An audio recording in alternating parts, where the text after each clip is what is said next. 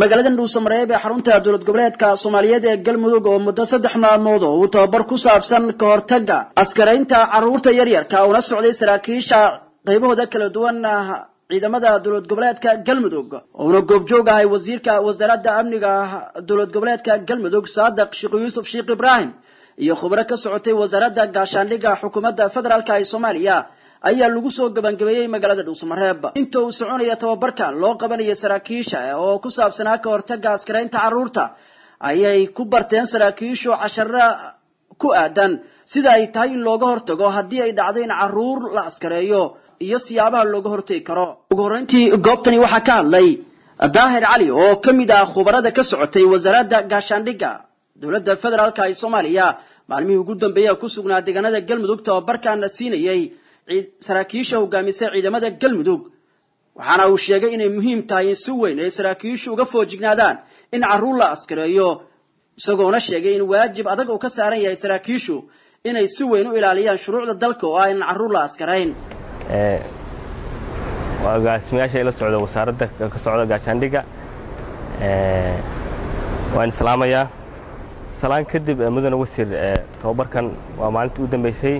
maalintii hore adaa noo furay si fiican ayuu noogu socday wuxuuna ku saabsanaa iyo ka hortagga askaraynta carruurta xilliyada colaadaha hubaysan maantana waa maalintii u dambeysay waxaan jeclaan lahayn hadalkaaga iyo soo xiritaankaagaba inaad noo soo xirtay sida maalintii hore noogu furtay aad iyo aad aan idinkaga mahadcelinaynaa maaragtay sidaa noo soo dhaweyseen iyo reer Dhuusamareeb khaasatan agaasimaha guud iyo wasiirka iyo tiimka la shaqeynaya u mahadcelinaya saraakiisha aan soo joognay 3 maalmood ayagana sidoo kale aad ayaan u mahadcelinayaa sidii maartay sharafta lahayd iyo maartay casharada qaadanay iyo aad ayaan u mahadcelinaya. intaas kadib wasiirka wasaaradda amniga dowlad goboleedka Soomaaliyeed ee Galmudug Saadaq Sheekh Yuusuf Sheekh Ibrahim oo tababarkan soo xiray ayaa sheegay ka dowlad ahaan ay ka go'an tahay in carruurta deegaanka ku nool aan la askarayn waxaana saraakiisha ugu baaqay inay doorkooda qaataan ku aadan in carruurta laga fogeeyo xarumaha ciidamada soo kalena laga foojignaado in carruuru ay kamid noqoto askarta. ana uga faa'iideysanaya halkan waa la ogyahay Soomaaliya waxa ragaadiyay waa al-shabaab meelo badan buu dib u geystay halkaanna waa meelaha wax badan lagala tacaalay oo saraakiishan iyo ciidanka ayaa ku mahadsan dowlad goboleedka wax badan xoreeyay in laba kaclayn la sameeyo awood badan looga hortago dadka dhibku hayo dhibka laga saaro annagana aysan soo gelin ayadana waxaan farayaa saraakiisha dowlad goboleedka Galmudug oo maanta meeshan joogta inay dib ay dadaal xoog la u sameeyaan si argagixisada wadanka Galmudug looga sifayn lahaa dabadeedna Soomaaliya oo dhan qaybkii laga qaadan karo laga qaadan lahaa waanan ognahay inay wax fara badan ay ka qabteen hadda waa ogtiina meelahan hadda qalbuur ka sokaysa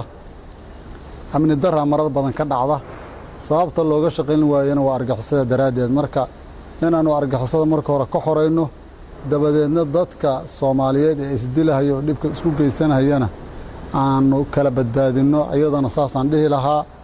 hadda dadkaas lagu laayay meeshaasna oo sida khaldan u dhintay oo labada beelood dhaxeeyana ayakana ilaahay ha u naxariistaan leenahay dadka ay ka soo jeedeen oo uga tacsiyeynaa kuwa dhibaatada u geystayna waxaan doonaynaa in si kasta oo wax u jiraan ba la raadiyo gacantana lagu soo dhigo waana mahadsantihiin meeshaan hadda seminaarkii nooga socday oo sida qiimaha badan u socday oo maalintii saddexaad ahaa asagana insha Allah taala waxaan leenahay sida noogu soo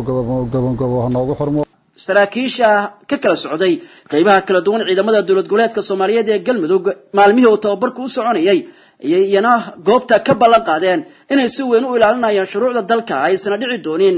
qaybaha ciidamada ay kala xukumaan in wax carruur ay ku soo biiraan iyagoo sheegay waajibka saaran inay qayb ka tahay ilaalinta carruurta si carruurta ay u helaan ammaan ay wax ku bartaan kuna noolaadaan. Cabdi Jamaal Macalin Ahmed Kalsan TV Dhuusamareeb.